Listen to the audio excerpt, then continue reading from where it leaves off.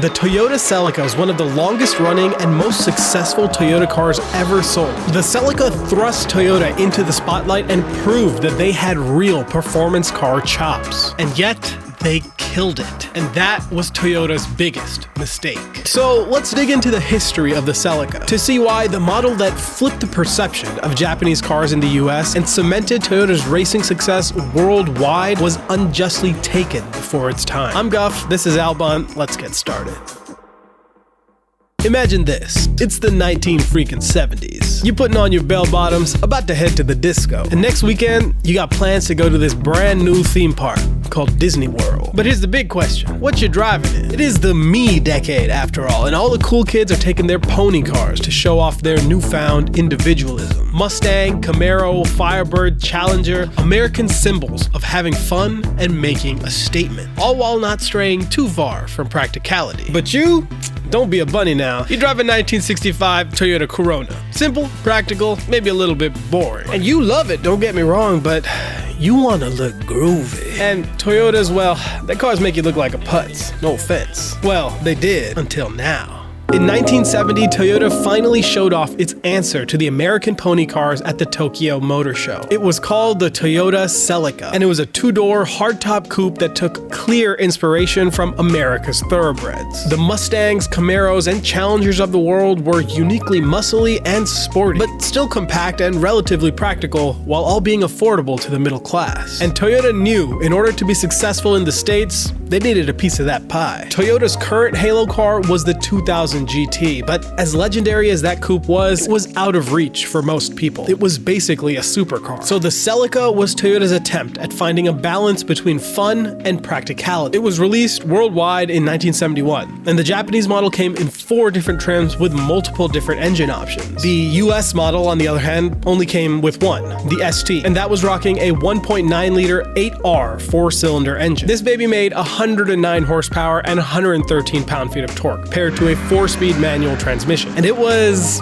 alright. Toyota's first attempt at this mid-range sports car segment was received with cautious optimism. The press said the Celica was a stylish yet dependable package from Toyota, one that offered some of the thrills of its American counterparts while being a little bit more practical and a lot more affordable. Interestingly enough, one of its biggest selling points was its size. The Celica was a compact 2+2 coupe, just like the original Mustang and Camaro. But by the time the early 70s rolled around, the American manufacturers had been on a consistent trend of fattening up their once svelte sports coupes. And so many people saw the Celica as a back-to-basics pure sports car that was more reminiscent of the 60s than the 70s. All this to say that the Celica did okay in its first year, selling 17,000 units. Not a bad result. Of course, this was the 70s, and that means oil crisis and impending emissions regulations in the United States. So the next year, in 1972, the Celica was fitted with the 18RC engine, also known as the California spec engine, which made a little bit less power. Now, because of regulations, we were stuck with those engines, so Toyota had to innovate somewhere else. So 2 years later, they brought the GT and LT trims from Japan. Now, I'm gonna be honest, I have no idea what the LT trim consisted of.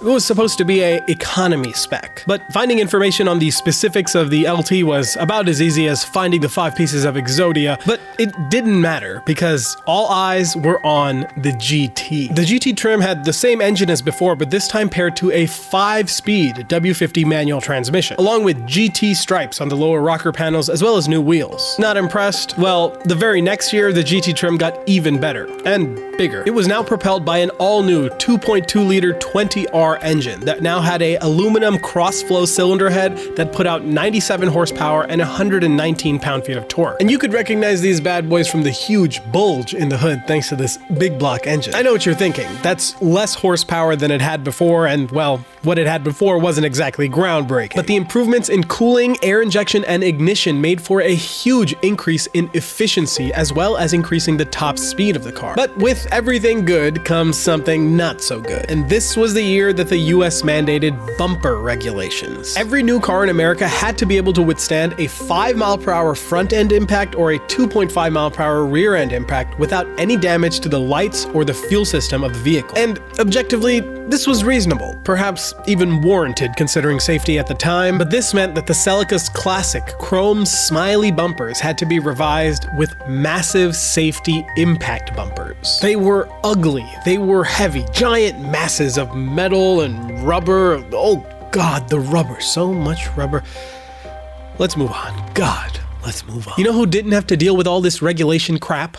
Japan. See, even though the Celica was created in order to penetrate the American market and grab a piece of that American pony car pie, that didn't mean that Japan had to lose out on any of the fun back in the homeland. From the very beginning, Japan had some exclusive models, like the 1972 Celica GT-V. This was a lightened version of the GT trim. It had a stripped-down interior, beefier sway bars, and an electronic indicator system to tell you when you had blown bulbs or low oil or anything like that. The car even had variable ratio steering, low-profile radial tires, and it was even dropped by about half an inch. It was by far the coolest trim of the early Gen Celica, which goes to show you, even though the entire platform was made for America, Japan still got all the best stuff. On top of that, in 1973, Toyota announced a Japan-only model called the Celica Liftback. This was clearly inspired by the Mustang Fastback, with a sleek hatchback coupe design as well as vertical segmented taillights. Even the word liftback was invented by Toyota because they wanted it to be called a fastback, but they didn't want to copy Ford exactly. This was, in my humble opinion,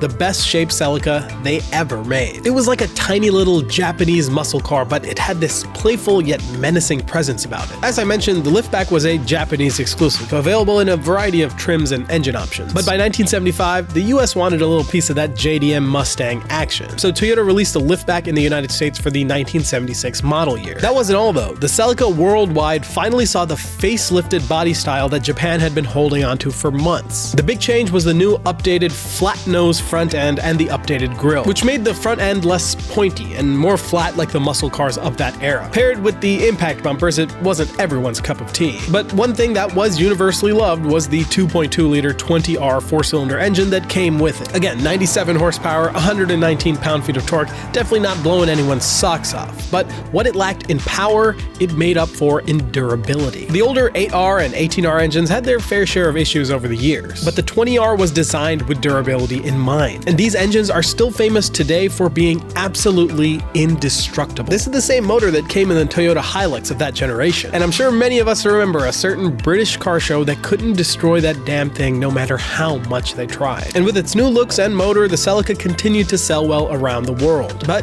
as 1977 was coming to a close, the Celica was getting a little old in the tooth. So it was time for Toyota to bring us something new. And for the 1978 model year, Toyota brought us the second generation Toyota Celica. This time, it was designed by Toyota's Calty Design Studio in California. And what they penned is still recognizable to this day thanks to its crazy thick B-pillars, its round headlights, and all-black polyurethane bumpers. While other markets had a 1.6, 1.8, and 2-liter engine options, the US continued on with the very successful 2.2-liter 20R engine, and along with it the same 5-speed manual and 3-speed automatic transes. But don't be fooled, this wasn't just the same old Celica all gussied up. The chassis and suspension saw solid improvement, and Toyota made a number of interior upgrades to improve its grand touring car character. The car had all of the cool stuff. Tinted glass, a heated rear window, vinyl side moldings, a mock wood grain dash, a quartz clock, and even full carpeting. You could even option for a steel sunroof, an 8-track player, and a rear window shade. This thing was borderline a luxury car. And not long after its release, it won Motor Trend's 1978 Import Car of the Year. And Road & Track magazine asserted that the second gen improved on everything that the first gen lacked. Toyota was on a roll with this car. And in 1980, they released a 1-year special edition version of the car called the US Grand Prix Edition. This was to commemorate the US Grand Prix West, a street circuit in Long Beach, California. The special edition came with a honeycomb front grille, flat black B-pillars, and Grand Prix stripes. But the sweetest part was the ivory white interior. The following year, in 1981, the Celica was fitted with a larger engine, this time the 22R 2.4-liter engine, and this made 96 horsepower and 129 pound-feet of torque. On top of that, Toyota added the GTA trim to the lineup. GTA meant GT Anniversary, anniversary and is meant to celebrate 10 years of Celica in the US. The GTA was mainly based off of the Coupe GT, but now it had two-tone paint, alloy wheels, more luxurious seats, cruise control, electric windows, and a 3-piece stereo. And personally, the GTA Celica would probably be my favorite of this generation. Well, that is, if the Celica XX didn't exist. Yes, the Celica XX was announced in 1978 in Japan. You see, Celica enthusiasts wanted more from the Celica. More power, more style, more luxury. So the Celica XX was designed to be the ultimate grand tourer from Toyota. The XX was easily noticeable by its new square headlights and elongated front end. The body looks similar to the base Celica, but the front end was stretched over 5 inches from the normal car. Why, you ask? Well,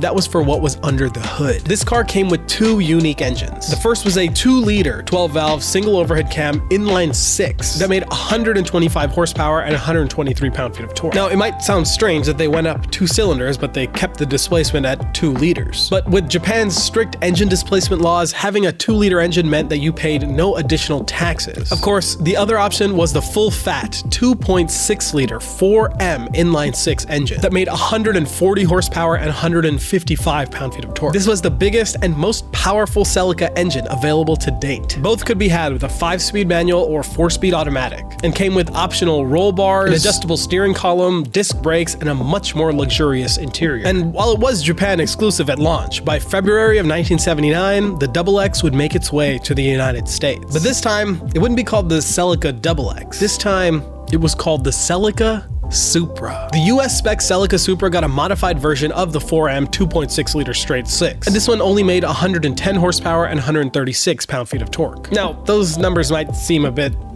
meh, but this was the engine that finally put this car in the same league as the 280ZX, Porsche 924, and Mazda RX-7. The car was most notably pitted against the 280ZX by most magazines. It made sense, after all, since both were Japanese GT cars that defied that Japanese econo-box trope. Of course, the Supra had 15 less horsepower and a slower 0 to 60 than the Z. But then again, the Celica was never the fastest thing on the block. Its main selling point was that it was $2,000 cheaper than the Z. That might not seem like a lot, but the Celica was $9,000 to the Z's $11,000. And that was a huge difference to many buyers. A massive reason that the Celica saw the success that it did. In 1981, the Celica Supra was upgraded to the 2.8-liter 5M engine. This bumped the figures to 116 horsepower and 145 pound-feet of torque. They also replaced the cloth interior with velour and added a upgraded sound system. And now you could option it with a sports performance package that included revised shocks and springs, strut bars, new front and rear spoilers, and white tire lettering. But despite all that,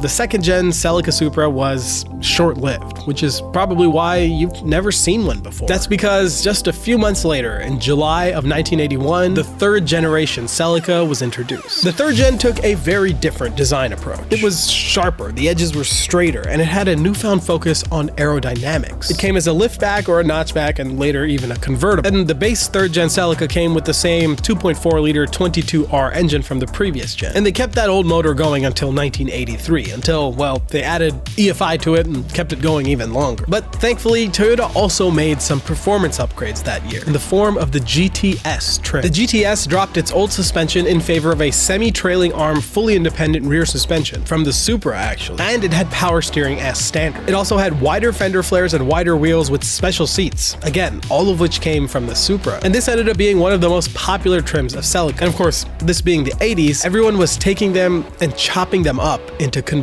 So midway through 1984, Toyota thought, why don't we make one of those? And so they introduced the GTS convertible. And instead of building them as convertibles from the factory, Toyota went and had them all built by American Sunroof Corporation, the same people that were doing conversions for customers. But thank God, there was still a trim above the GTS, and that was the second version of the Celica XX. It made 145 horsepower and 155 pound-feet of torque, which is a big jump from any other Celica Supra before. And finally now, the Celica Supra had an engine that could match its muscly looks. Of course, in Japan, Toyota had already been experimenting with a variety of engines, like the turbocharged MT-EU straight 6 that made 143 horsepower, or the twin-cam 1G straight 6 that made 158 horsepower out of just 2 liters. Despite all these cool new engine options, the third gen Celica was coming to an end just as it was getting sweet. That's because Toyota was planning the ultimate Plot twist. In August of 1985, Toyota announced the Fourth Gen Celica. Now, considering the Celica's track record thus far, this was pretty exciting news. Or so we thought. You see, times were changing. The Fourth Gen Celica arrived in Japan as just a hatchback that sent all of its power to the front wheels. Yes, the Celica, Japan's answer to the Mustang and the Camaro. A car that helped break Toyota's image as a cheap economy car maker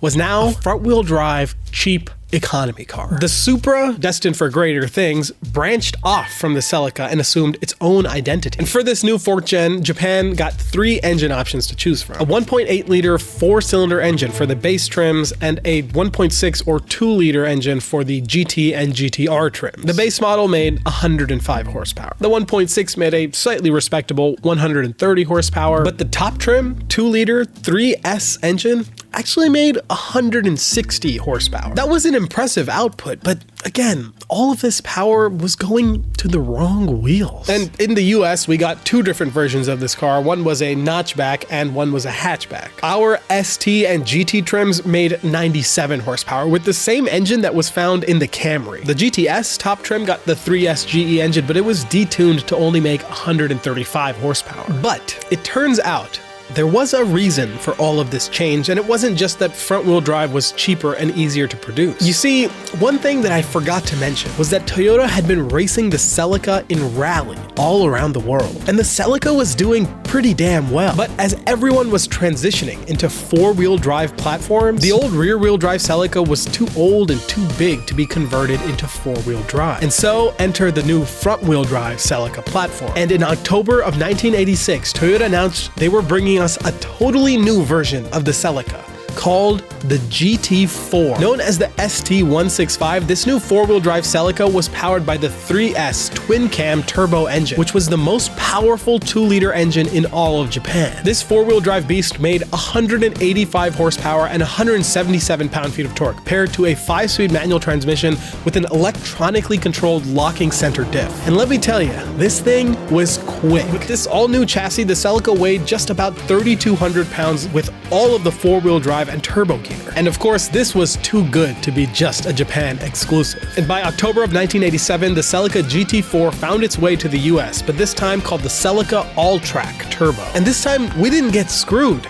The engine made 190 horsepower and 190 pound-feet of torque paired to a 5-speed manual, and there was no option for an automatic. This was truly an enthusiast's rally car, and rally is exactly what Toyota did. After the death of Group B rally, the GT4 Celica entered Group A in 1988, and this GT4 went on to create a cult following in the rally scene, with some of the world's most renowned drivers making their way behind this Toyota on some of the biggest rally stages on the planet. By 1990, the ST165 took numerous first and second place podium finishes on rally stages around the world. Monaco, Portugal, Kenya, France, New Zealand, Finland, Australia, Great Britain, you name it, the Celica was there. Every major rally stage, once dominated just by Lancia Deltas, now had Toyotas taking the podium finishes every single time. And the world certainly took notice at the end of the 1990 season when Carlos Sainz became the world rally champion in his Celica GT4. And then he did it all over again in 1992. This guy was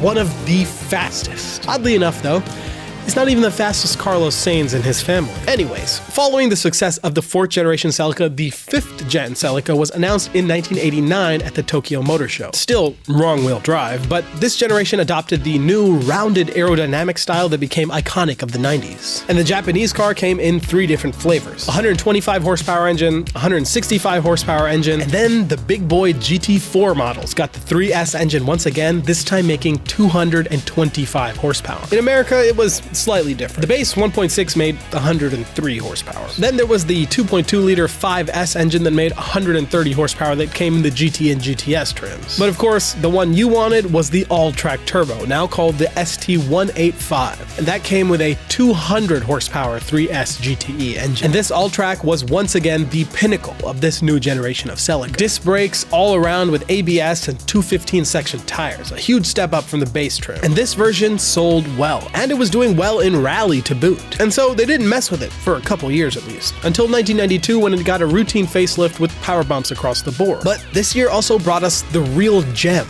of the 5th generation Celica. It was called the Celica GT4 RC, better known in export markets as the Carlos Sainz limited edition Celica. Yes, it was named after the driver himself. This special edition Celica started as a homologation car for Group A, as all good cars do, and they only made 5,000 of them. 3,000 of them went to Europe, 1,800 went to Japan, and the rest were split between Australia, New Zealand, and Singapore. This special edition GT4 made 205 horsepower from the same 3S engine, but was now fitted with a rally-spec water-to-air intercooler, a different hood to dissipate heat more effectively, a more aggressive ECU tune, and a different front bumper that was both lighter and better flowing. This was as close as we ever got to having a full rally-spec car for the road, and unsurprisingly, we never got it in the US. But hey, that was alright, because we were getting something better just 1 year later. In October of 1993, Toyota announced the 6th generation Celica, and this one looked awesome. It borrowed styling cues from the Supra and the Sora, with a more low-slung, rounded coupe shape, and gone were the pop-up headlights in favor for a quad headlight arrangement. Initial offerings in the US were pretty poor, with 110 or 135 horsepower engines, but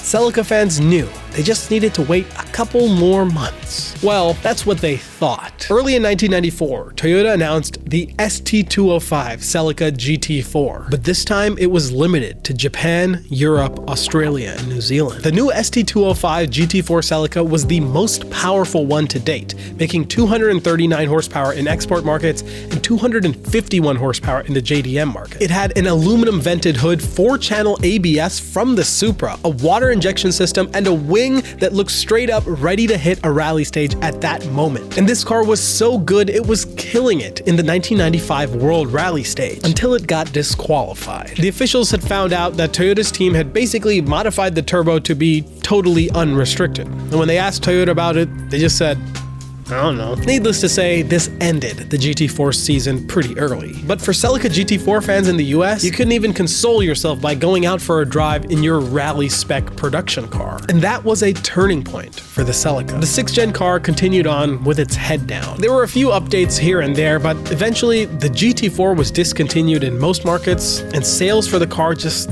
sizzled out by 1998. By the end of its life, the 6th generation Celica had sold 10% of the number of units that the 5th generation did, and only 5% of what the 4th generation did. At this point, Toyota knew they had to come up with something new, and fast. Y2K was quickly approaching, and the Celica needed to be something that appealed to younger buyers, a demographic that Toyota had all but lost in the 90s. The plan they came up with was Toyota Project Genesis. This was a major marketing endeavor that focused on 3 models of cars designed to bring back younger car buyers: the Echo, the MR2 Spider, and the Celica. Born from this project was the Toyota YXR concept, and in July of 1999, Toyota ran with that concept and created the 7th generation Celica. This took the Celica design way into the future, with a sharp front end and striking body line. Toyota also did a ton of work under the hood, lightening the car wherever possible, using polymer plastics instead of glass, and it was offered with 2 totally new engines: the 1ZZ 4-cylinder engine that made 140 horsepower, and the now famous 2ZZ GE, an engine that was co-developed with Yamaha, and it made 192 horsepower at an 8,300 RPM redline,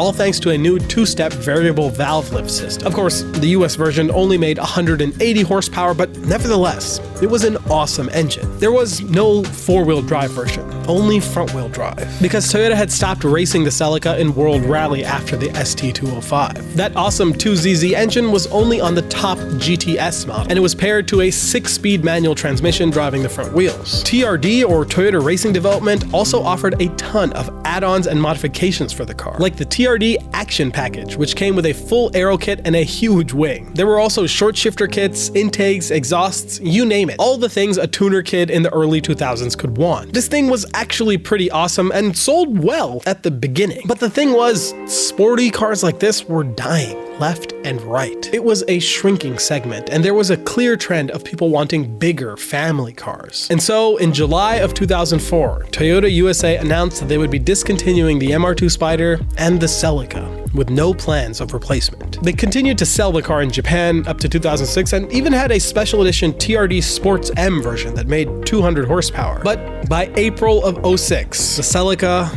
was no more. And Toyota to this day has never announced plans to bring back the Celica, a model that has more history than 90% of Toyotas on sale today. Just gone. And I really think it was one of Toyota's biggest mistakes. Not from a business perspective. What the heck do I know about business? Toyota makes more money in a single day than I ever will in 10 of my lifetimes. But from a legacy perspective, the Celica was truly a model that broke the mold for Toyota. It changed and adapted time and time again to take Toyota to bigger and better places. And yet, it found itself in the same place as most of Toyota's most famous marques, lost and forgotten. But I think the heart of the Celica lives on even still. The GR Yaris, while not a Celica and also not available in the US, has taken on the role of the Celica GT4 in the 80s and 90s. This is evident in the name, Yaris GR4, and the fact that the Yaris is roughly the same size and shape as the Celicas of yesteryear. And of course, the Yaris is a full-blooded rally spec machine. And us Americans can rejoice too, because Toyota has hinted at bringing a GR Corolla stateside, powered by the same rally spec inline 3 engine and its famous all-wheel drive system. And sure,